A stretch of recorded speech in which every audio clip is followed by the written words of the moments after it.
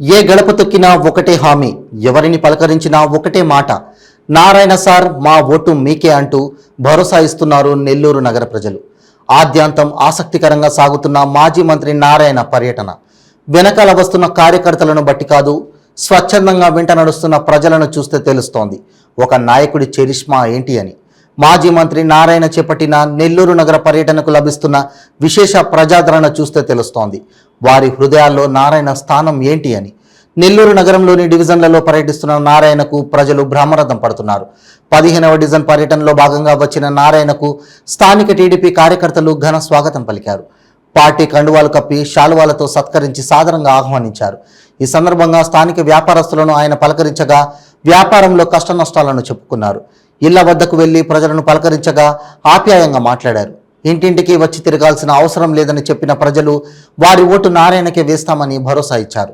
ఈ కార్యక్రమంలో రాష్ట్ర కార్యదర్శి దొడ్డపనేని రాజానాయుడు, డివిజన్ అధ్యక్షులు కేపీ పెంచాల చౌదరి, అంచురు శ్రీనివాసులు నాయుడు, మాజీ కార్పొరేటర్ ఉచ్చి భువనేశ్వర్ ప్రసాద్, క్లస్టర్ ఇన్ఛార్జీలు, యూనిట్ ఇన్ఛార్జీలు, బిఎల్ఏలు, టీడీపీ ముఖ్య నేతలు, నాయకులు తదితరులు పాల్గొన్నారు.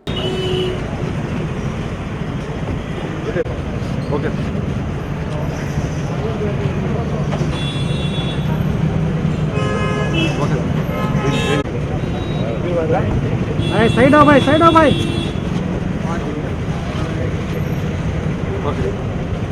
नागतो वंदिलाले अरे नागतो वंदिलाले अरे नागतो वंदिलाले जय साइकिल जय साइकिल जय साइकिल जय साइकिल बना ले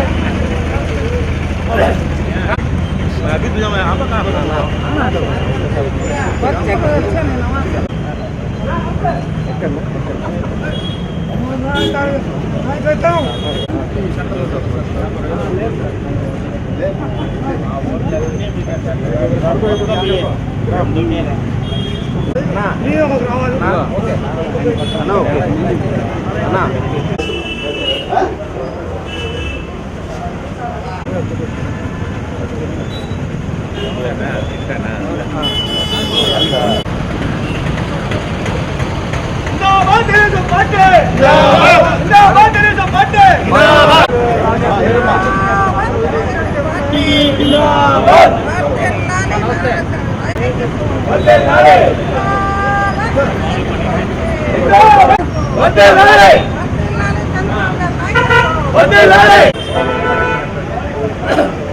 ఆశీర్వాదం రావాలి.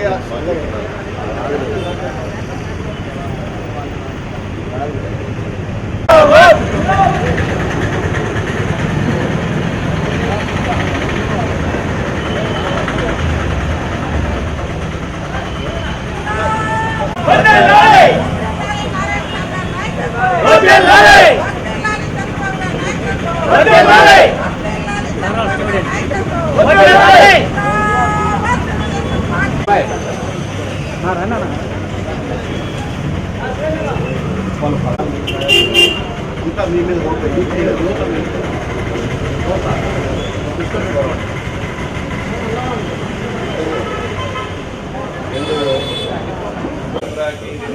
అన్నా అన్నా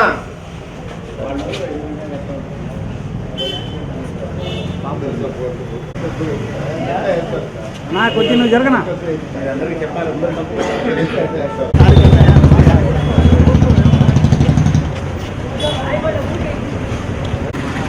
రానా రానా డెఫినెట్లీ డెఫినెట్లీ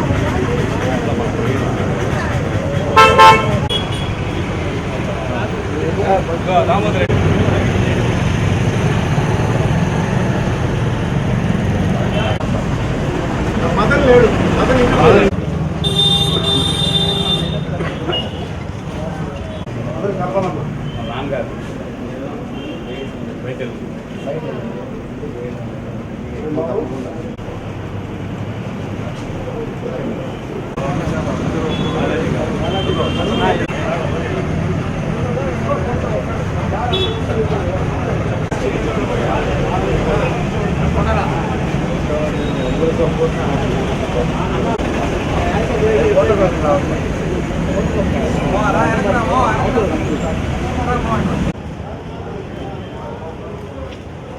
ఎవరు వస్తుంది చూడు, నువ్వు చూడలే.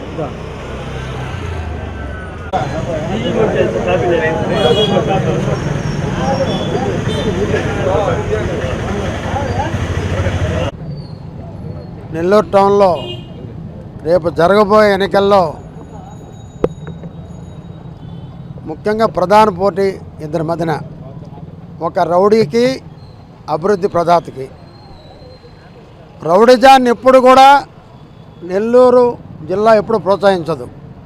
అందులో మా బాలాజీ నగర్, ఏసీ నగర్లో ఉండేటువంటి ప్రజలు చాలా శాంతిగా ఉండేవాళ్ళు. ఎవరు శాంతిని కోరుకుంటారో వారిని గెలిపిస్తారు. మరి కాలర మడిచి చొక్కా మడిచి మేము తేల్చుకుంటాం రండి, ఎవరు ముందుకు వస్తారో అనేది ఇది ఆ ఎన్నికలు కాదు. ఈ కుస్తీ, అదేదో అంటారు కుస్తీ పోటీలు కాదు ఇవి, ఎన్నికలు.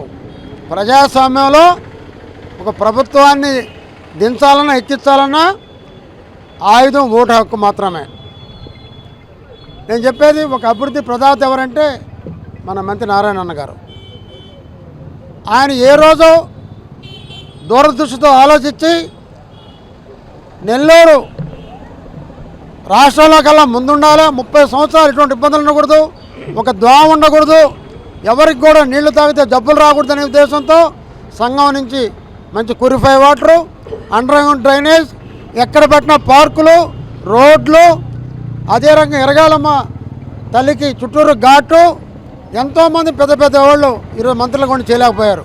అటువంటి ఎన్నో అభివృద్ధి కార్యక్రమాలు, ఒకటా రెండా, ఈరోజు మేము ఎక్కడ పోయినా ఆ ప్రజలు చెప్తున్నారు, అంగళ్ళలో చెప్తున్నారు, మీరు రాబడలేదు సార్, మీరు ఎంతో అభివృద్ధి చేశారు, పోయినసారి పొరపాటు చేసాం, ఈసారి ఆ పొరపాటు చేయమంటున్నారు. నిజంగా వాళ్ళకి చేదైతే నమస్కరిస్తున్నా, ఎందుకంటే వాస్తవాన్ని గ్రహించారు కనుక. మరి ఈయనున్నాడే రౌడీ, ఈయనేం చెప్తున్నాడు, నీకు 3 ఓట్లు ఉన్నాయి కదా ఓటర్ లిస్టులో, అవతోకలు ఎందుకు ఉండవు, నీకు ఒక ఎమ్మెల్యేకే 3 ఓట్లు ఉంటే ఇక సామాన్య మానవుడికి ఎన్ని ఓట్లు ఉండాలా, మీరు ఎన్ని దొంగ ఓట్లు వేసుకోవాలా అని అడిగితే, నేను సెలబ్రిటీని ఒక దగ్గరే వేస్తాను నేను అంటే, సెలబ్రిటీ అంటే నీకు 3 ఉండొచ్చా అంటే, నీకు 3 ఓట్లు దొంగ ఓట్లు కాదా, దొంగ ఓట్లు ప్రోత్సహించడం లేదా, నీకే 3 ఓట్లు నీకు ఈ ప్రభుత్వం ముద్రించదంటే మిగతా వైసీపీ వాటి కార్యకర్తలకి మొత్తం ఎన్ని ఓట్లు ముద్రించి ఉంటుందండి. ఇప్పటికైనా కూడా కలెక్టర్ గారు మీరు ఎంటర్ కండి, దొంగ ఓట్లు పడకుండా చూడండి. ఎవరు అది ముఖ్యంగా మా సార్ కూడా చెప్తున్నారు, మా వాళ్ళందరూ కూడా మనం ఒక ఓటు వేసుకోకూడదు, వాళ్ళ ఓటు ఒకటి పాటు వేయకూడదు, ఇది మా సిద్ధాంతం. అంతేగాని నేను సెలబ్రిటీని ఒక ఓటు వేస్తాను, నారాయణ గారు ఇప్పుడు వచ్చారు, ఇప్పుడు వచ్చినా ఎప్పుడు వచ్చినా లేటెస్ట్గా వస్తారు. నెల్లూరుని అభివృద్ధి చేయాలని ఆయన ఏకైక లక్ష్యం.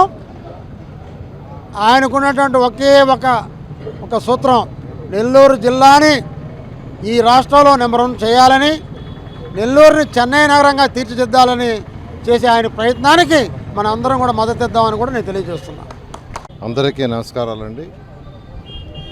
ఈరోజు నెల్లూరులో బాలాజీ నగర్లో భవిష్యత్తు గ్యారెంటీ అనే ప్రోగ్రాం మీద ఇంటింటికి తిరిగే ప్రోగ్రాంలో యాక్చువల్గా ఈరోజు కొన్ని హౌసెస్, కొన్ని షాప్స్ని తిరగడం జరిగింది. ఎక్కడికి పోయినా వారి యొక్క స్పందన అనూహ్యంగా ఉంది. వాళ్ళు ఒకటే అంటున్నారు, సార్ ఈ రోడ్లు బాలాజీ నగర్లో వేసిన రోడ్లు ఎండ్ టు ఎండ్ రోడ్స్, గతంలో ఎప్పుడూ లేవు, గుంటలు గతుకులుగా అంతా అసలు వెహికల్స్ పోవాలంటేనే ఎంతో ఇబ్బంది పడేవాడు. ఈరోజు ఎండ్ టు ఎండ్ రోడ్స్, అంతేకాకుండా మొత్తం అండర్ గ్రౌండ్ సివరేజ్ని కంప్లీట్ చేశారు. కానీ అది యాక్టివేషన్లో పూర్తిగా లేదు. నెల్లూరు టౌన్లో 54 డివిజన్లో, 28 డివిజన్లోనే కాదు 54 డివిజన్లో మెజారిటీ ఏరియాలో అండర్ గ్రౌండ్ సివరేజ్ కంప్లీట్ చేసాం. ఎందుకు కంప్లీట్ చేసాం అండర్ గ్రౌండ్? అసలు అవసరమే ఉంది. ప్రతి ఇంటికి గోడ పక్కన డ్రైన్స్ ఉన్నాయి. ఆ డ్రైన్స్లో బాత్రూంలో వచ్చే నీళ్ళు కానీ, వంటింట్లో వచ్చే నీళ్ళు కానీ, స్నానాల గదుల నుంచి వచ్చే నీళ్ళు పోతాయి. కానీ అండర్ గ్రౌండ్ సివరేజ్ ఎందుకు అనేది ప్రజలందరూ తెలుసుకోవాలి. అండర్ గ్రౌండ్ సివరేజ్ వల్ల 2 లాభాలు. ఒకటి, ఇంటి నుంచి వచ్చే ఏదైనా ఏ యొక్క వ్యర్థ పదార్థాలైనా అవన్నీ భూమి లోపల 10 అడుగుల నుంచి 20 అడుగుల లోపల పోవటం వల్ల ఒకరికున్న డిసీజెస్ ఇంకొకరు రావు. అదేవిధంగా దోమలు ఎక్కడ డెవలప్ అవుతాయి, ఎక్కడ ఓపెన్ డ్రైన్స్ ఉండి ఎక్కడ వాటర్ నిల్వ ఉంటుందో, ఎక్కడ మురుగు ఉంటుందో అక్కడ డెవలప్ అవుతాయి. ఎప్పుడైతే మన గోడ పక్కన, ప్రహరీ గోడ పక్కన అసలు డ్రైన్స్ అనేవి కాకుండా వాటర్ అంతా భూమి లోపల పోతుందో దోమలు డెవలప్ కావు. అయితే ఈ డ్రైన్స్ ఎందుకు సార్ గోడ పక్కన అడగచ్చు, అవి వర్షాకాలం నీళ్లు పోవటానికే. రోడ్డుకి రెండు వైపులా ఇంటి ప్రహరీ గోడ ఆనుకొని డ్రైన్స్ కట్టాం, అది కూడా కట్టాం. అండర్ గ్రౌండ్ సివరేజ్ తోటే డ్రైన్స్ కూడా కట్టాం. ఎవరో కొందరు అడిగారు, సార్ అండర్ గ్రౌండ్ సివరేజ్ చేసేటప్పుడు ఈ డ్రైన్స్ ఎందుకని? వర్షాకాలంలో నీళ్లు వర్షం పడినప్పుడు ఆ నీళ్లు సాఫీగా పోవటానికి మాత్రమే. మిగతా రోజులంతా డ్రై అయి ఉంటాయి, డ్రై అయి ఉండాలా, అప్పుడు దోమలు ఉత్పత్తి కావు. ఎప్పుడైతే దోమలు ఉత్పత్తి కావో ఒకరి దగ్గర నుంచి మరొకరికి డిసీజ్ రావు. మీరు గమనిస్తున్నారు, మొన్న బాలాజీనగర్లో ఏరియాలో ఈ యొక్క ఇన్ఫెక్షన్స్ వచ్చి కొందరు చనిపోయారు.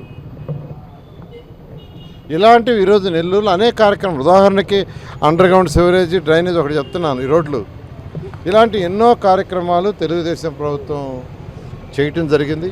అన్ని డివిజన్లో 54 డివిజన్లో, ఒక డివిజన్లో ఎక్కువ, ఒక డివిజన్లో తక్కువ కాకుండా. అయితే కొద్దిగా వర్క్లు మిగిలిపోయినాయి. ఆ వర్క్లన్నీ వీళ్ళు ఆపేశారు. ఎందుకు ఆపేశారో తెలియదు. Under ground sewerage majority complete చేసాం. డ్రింకింగ్ వాటర్ సంగం బ్యారేజ్ నుంచి తీసుకొచ్చాం. ఎందుకు తేవాల్సి వచ్చింది? సంగం బ్యారేజ్ నుంచి పెన్నా బ్యారేజ్ పక్కన ఉంది. అంటే పెన్నా బ్యారేజ్లో 365 రోజులు నీళ్లు పుష్కలంగా ఉండవు. ఎందుకంటే ఇక్కడ బ్యారేజ్ మెయిన్గా దేనికంటే చుట్టుపక్కల ఉన్న పొలాలకి నీళ్ళు ఇవ్వటానికి. సో ఆ పొలాలు పంట కాలువల ద్వారా పొలాలకు నీళ్లు కావాల్సిన సీజన్లోనే ఇక్కడికి నీళ్ళు వస్తాయి. సంగం బ్యారేజ్ నుంచి ఎండాకాలంలో అక్కడ పంట లేరు కాబట్టి నీళ్ళు అవసరం ఉండదు. కాబట్టి మన బ్యారేజ్కి సంగం బ్యారేజ్ నుంచి పెన్నా బ్యారేజ్కి నీళ్లు వదలరు. అట్లాంటప్పుడు మనకేమవుతుందంటే నెల్లూరు బ్యారేజ్లో వాటర్ని పంప్ చేసినప్పుడు మురికి నీళ్ళు వస్తున్నాయి. ఆ మురికి నీళ్ళ వల్ల అనేక జబ్బులు వస్తున్నాయి. అవన్నీ అవాయిడ్ చేయడం కోసంగా 34 కిలోమీటర్లో ఉండే సంగం బ్యారేజ్ నుంచి వాటర్ పంప్ చేసి